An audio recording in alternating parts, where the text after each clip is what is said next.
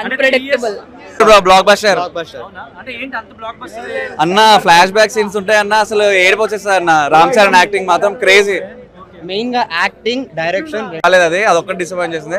Overall గా అసలు acting నుంచి ఇంకా మర్చిపోండి. ఇంకా రామ్ చరణ్ యాక్టింగ్ అంతే వేరే లెవెల్ అంతే. అసలు మీరు చాలా సెకండ్ హాఫ్ చూడండి, రామ్ చరణ్ యాక్టింగ్ బాగాలేదు అని చెప్తే చెప్పండి, కోసుకుంటా.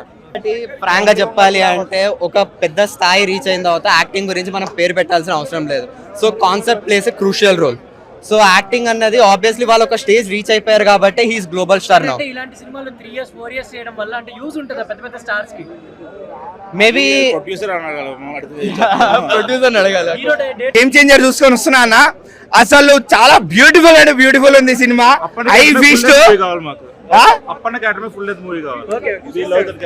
తీసారు మూవీ యూనివర్స్ వస్తుందిలే